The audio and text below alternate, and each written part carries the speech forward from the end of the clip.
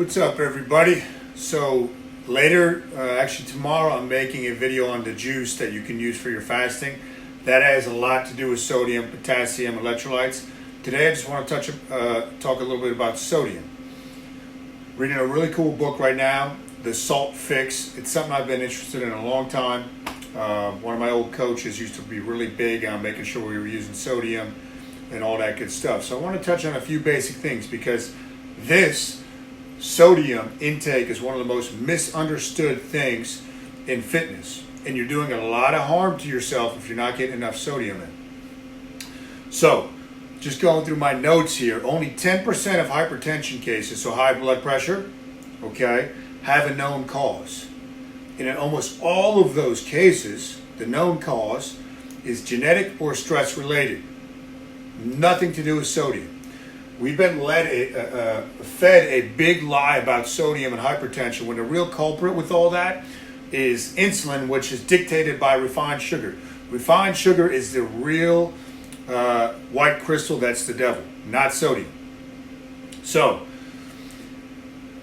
more sodium in your plan, and at the end I'm going to tell you how much. I have it right here. More sodium in your nutrition, in your daily intake, okay, is going to lead to better blood volume. Better blood volume leads to better oxygen and nutrient delivery to all of your organs and your skeletal muscle, and it helps with removing fatigue toxins, getting them out of the body. So every cell in your body has a sodium and potassium pump. It is the biggest component of your BMR, your basal metabolic rate. That's sodium potassium pump. Your body wants to maintain an exact ratio between sodium inside, potassium outside, and vice versa, right? So something that's going to happen when you start increasing your sodium, your energy is going to go up. Your performance is going to go up. Cravings for sugar are going to go down. Digestion will improve. So sodium chloride, right? Hydrochloric acid is the main digestive enzyme. This is a precursor to developing that hydrochloric acid, so very important. So let's see, what else do we have here? Anything I'm missing from my notes? One thing that I think feeds this lie is that sodium's going to cause water retention. Listen to me, I'm going to repeat this twice. Water follows sodium. Let me say that again. Water follows sodium. So you might say, yeah, Kyle, so that means you're going to retain water when you start increasing your sodium. Very temporarily, first 2 to 3 days. Most people are very deficient in sodium. The average American, I believe, gets about 3.5 grams of sodium, which is not nearly enough. We're kind of, to ballpark it, to put a blanket statement, we want around 8 grams. But think of this. When you're not getting enough sodium, right, your body is going to retain it. It's got to keep that sodium-potassium ratio. So it starts holding on to it. Water follows sodium. So you're actually going to be retaining water when you're not taking enough sodium in. This is crucial to understand.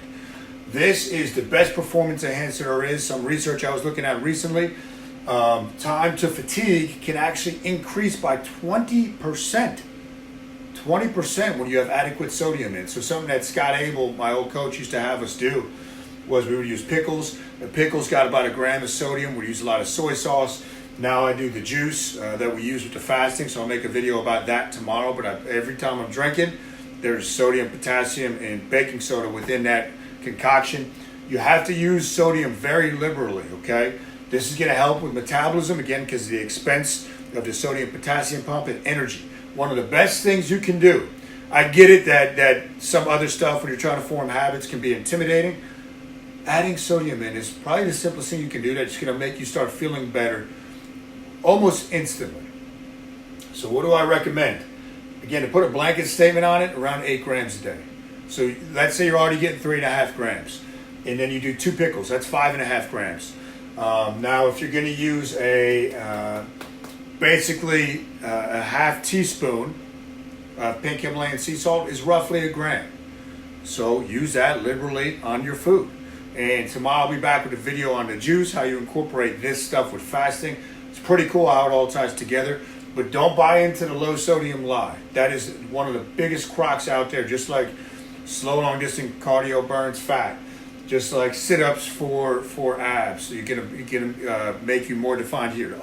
We've been fed all these lies, and I want to try to expose all these to help you.